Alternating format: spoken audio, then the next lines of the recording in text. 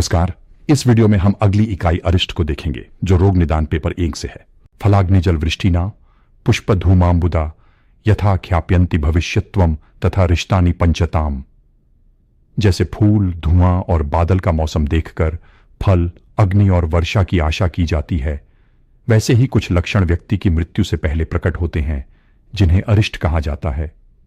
ये लक्षण सूक्ष्मता, प्रमाद या असावधानी के कारण अक्सर चिकित्सक नहीं पहचान पाते हैं क्योंकि ये लक्षण अचानक ही प्रकट होते हैं।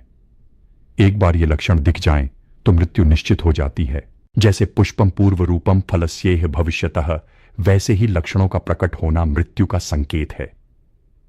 कुछ फूलों के बिना फल हो सकता है और कभी कभी फल बिना फूल के भी दिखाई दे सकता है, लेकिन यदि लक्षण प्रकट हों जो मृत्यु का संकेत दें तो निश्चित ही मृत्यु होगी।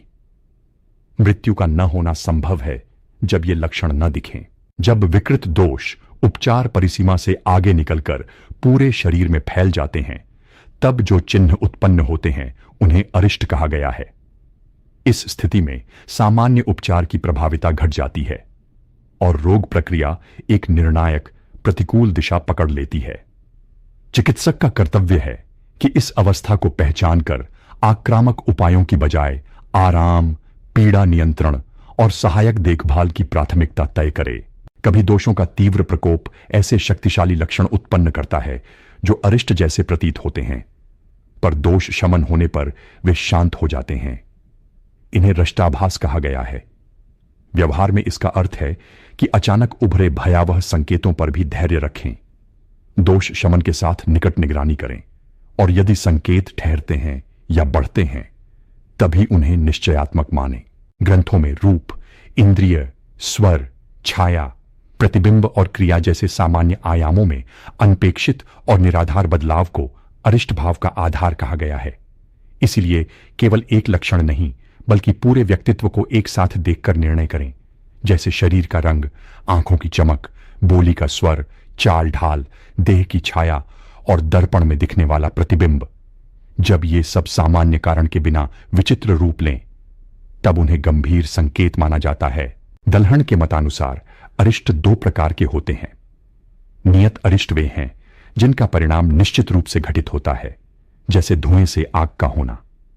अनियत अरिष्ट वे हैं जो संभाव्यता दर्शाते हैं, जैसे बादलों से वर्षा का अनुमान जो हर बार सही न भी हो। दूत, शकुन और स्वप्न जैसे संकेत प्रायः अनियत माने जाते हैं, अतः उन्हें अन्य अवलोकनों के साथ जोड़कर परखना चाहिए। एक मत अरिष्ट को स्थायी और अस्थायी 2 भागों में रखता है। अस्थायी अरिष्ट दोषों के अत्यधिक प्रकोप से उठते हैं और दोष शांत होने पर घट जाते हैं। स्थायी अरिष्ट मृत्यु की निश्चित दिशा दर्शाते हैं। इसके साथ ही संकेत 2 दृष्टियों से समझे जाते हैं। पहली वे बातें जो रोगी के बाहर की हैं, जैसे दूत या शकुन, जिन्हें ग्रंथ विवेक और तर्क से परखें। दूसरी वे बातें जो रोगी के भीतर दिखती हैं, जिन्हें उसकी मूल प्रकृति और रोगजन्य विकृति के संदर्भ में समझना चाहिए। सामान्य प्रकृति कई कारकों से बनती है। जाति संबद्ध प्रवृत्तियां, कुल संबद्ध प्रवृत्तियां, देश के अनुसार आदतें, काल के अनुसार परिवर्तन, आयु के अनुसार भिन्नताएं और कुछ ऐसे व्यक्तिगत गुण जो व्यक्ति विशेष में ही मिलते हैं। किसी परिवर्तन को अरिष्ट मानने से पहले इन 6 आयामों से सामान्य की सीमा तय करें ताकि स्वाभाविक भिन्नता और वास्तविक विकृति में भ्रम न हो।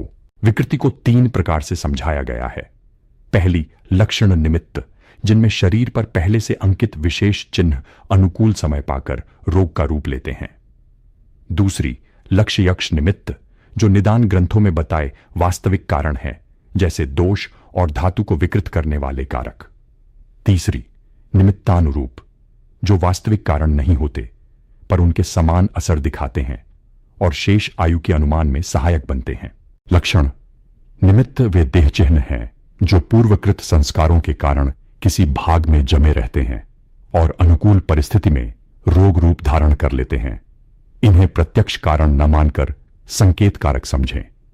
चिकित्सक के लिए नीति यह है कि ऐसे चिन्हों को इतिहास और वर्तमान दशा से जोड़कर पढ़ा जाए और यदि इनके अनुरूप परिवर्तन उभर रहे हों तो आगे की योजना समय रहते तय की जाए।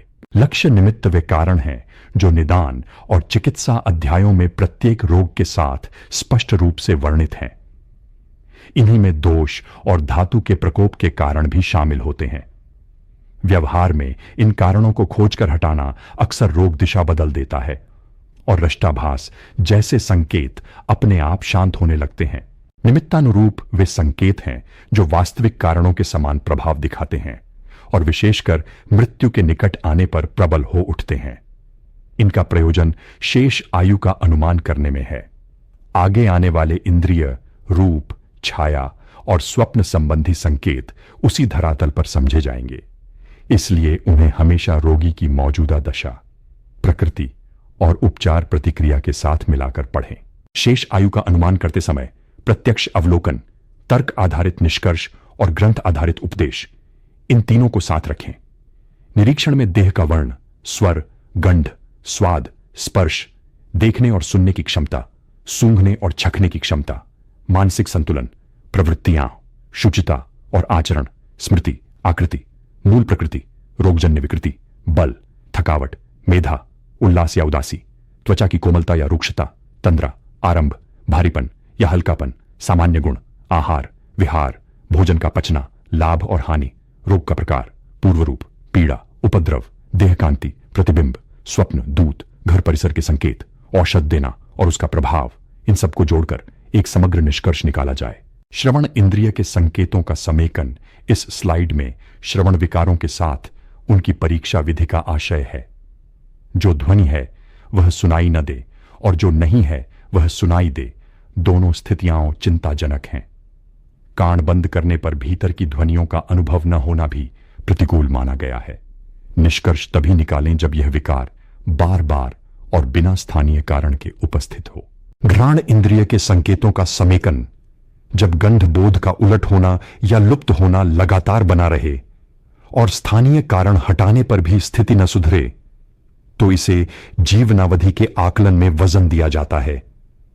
यह समझ उपचार की प्राथमिकता बदलने, परिवार परामर्श करने और आराम केंद्रित देखभाल शुरू करने में सहायक होती है। रसन इंद्रिय के संकेतों का समेकन, स्वाद बोध का असामान्य उलट जाना, बिना स्थानीय कारण के स्वाद का लुप्त हो जाना या बार बार स्वाद बोध में विचित्रता, सभी मिलकर प्रतिकूल भविष्यवाणी की ओर संकेत करते हैं। ऐसे समय पोषण, हाइड्रेशन और मुंह की स्वच्छता के साथ आराम प्रधान देखभाल को भी प्राथमिकता दें। स्पर्शन इंद्रिय के संकेतों का समेकन, यदि स्पर्श का बोध उलट जाए और यह स्थिति लगातार रहे तो जीवनावधि आधारित निर्णयों में इसे भी शामिल करें। परीक्षा के दौरान गर्म और ठंडी, मुलायम और कठोर, चिकनी और खुरदरी वस्तुओं से क्रमिक परीक्षण कर निष्कर्ष तक पहुंचना चाहिए और सब कुछ रोगी की समग्र दशा से जोड़कर देखना चाहिए। इस भाग में बताया गया है कि जब असाध्य रोगों के पूर्व रूप अत्यधिक और पूरे रूप में किसी रोगी में प्रवेश करें तो उसी क्रम में मृत्यु का भी प्रवेश माना गया है। ज्वर के प्रसंग में यदि उसके पूर्व रूप अत्यधिक मात्रा में शरीर में समा जाए तो मृत्यु ज्वर के बाद दिखाई देती है। अन्य रोगों में भी यही नियम लागू होता है। कुछ विशेष पूर्व रूप इतने दारुण होते हैं कि वे रोग के साथ मृत्यु को भी बांध लाते हैं, इसलिए उन्हें अलग से याद रखना चाहिए।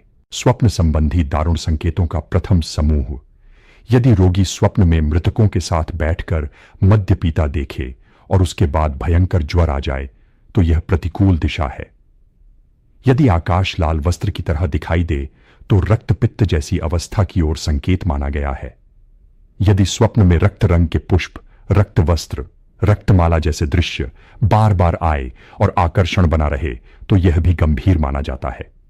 तीव्र उदरशूल, आंत्रध्वनि, अत्यधिक दुर्बलता और नाखूनों का वर्ण बदलना उदर ग्रंथि जैसे विकारों के साथ अंत की ओर संकेत दे सकते हैं। जिन स्वप्नों में कंटीली लता हृदय में ढंसती प्रतीत होती है या अत्यल्प स्पर्श पर शरीर का भाग अधिक क्षतिग्रस्त होता दिखाई देता है, वे भी अत्यंत अनिष्ट माने गए हैं। स्वप्न संबंधी दारुण संकेतों का द्वितीय समूह, जब स्वप्न में बार बार अपवित्र स्थान, प्रदूषित जल, अंधेरा कुआं, श्मशान, धूल और कूड़े का ढेर अथवा बिना लौ की अग्नि दिखाई दे तो यह गंभीर माना गया है। जिन स्वप्नों में अंत्येष्टि के दृश्य, कफन, भयानक वन और दिशाहीन यात्रा दिखे, वे भी प्रतिकूल समझे जाते हैं। इन संकेतों को रोगी की जागृत दशा और अन्य अरिष्ट संकेतों के साथ मिलाकर पढ़ना चाहिए। दारुण स्वप्नों का तृतीय समूह। यदि स्वप्न में सिर पर बांस या झाड़ियां उगती दिखाई दें जहां पक्षी छिपते हों, गिद्ध, उल्लू, कुत्ते और कौए साथ साथ दिखें, दुष्ट और रौद्र पुरुषों का साथ हो, कांटेदार झाड़ियों में फंसना पड़े या गिरना, डूबना, झगड़ा, गिरफ्तारी और पराजय बार बार आए, तो ये सब अनिष्ट के संकेत हैं। लाल फूलों के घने वन, पाप कर्मों के स्थान, अंधेरी गुफा, लाल माला पहनकर दक्षिण की ओर जाना, भयानक वन में भटकना, काली अशिष्ट स्त्रियों और लाल आंखों वाले रौद्र पुरुषों का दर्शन, इन सबको मिलाकर देखा जाए तो जीवनावधि के लिए यह अत्यंत प्रतिकूल माना गया है। सिर पर उगते पौधे और भयावह संगति जैसे स्वप्न। यदि स्वप्न में सिर पर बेल, कांटे और झाड़ियां उगती दिखें और वही जगह पक्षियों का आश्रय बने, या शवभक्षी पक्षी और पाप कर्मों की जगहें बार बार दिखाई दें, तो यह भी प्रतिकूल संकेत है।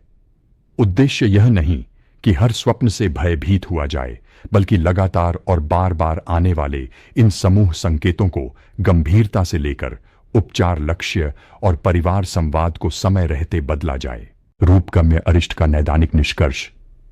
यदि बोलते ही वक्षस्थल के ऊपरी भाग में पीड़ा उठ जाए, यदि भोजन बार बार बाहर आ जाए या भीतर रुककर भी नहीं पचे, यदि प्यास असामान्य रूप से बढ़ी रहे और हृदय में पीड़ा बार बार उठे, तो चिकित्सक को आक्रामक प्रक्रियाओं के स्थान पर आराम, द्रव संतुलन, पीड़ा नियंत्रण और श्वसन परिसंचरण का सहारा पहले देना चाहिए।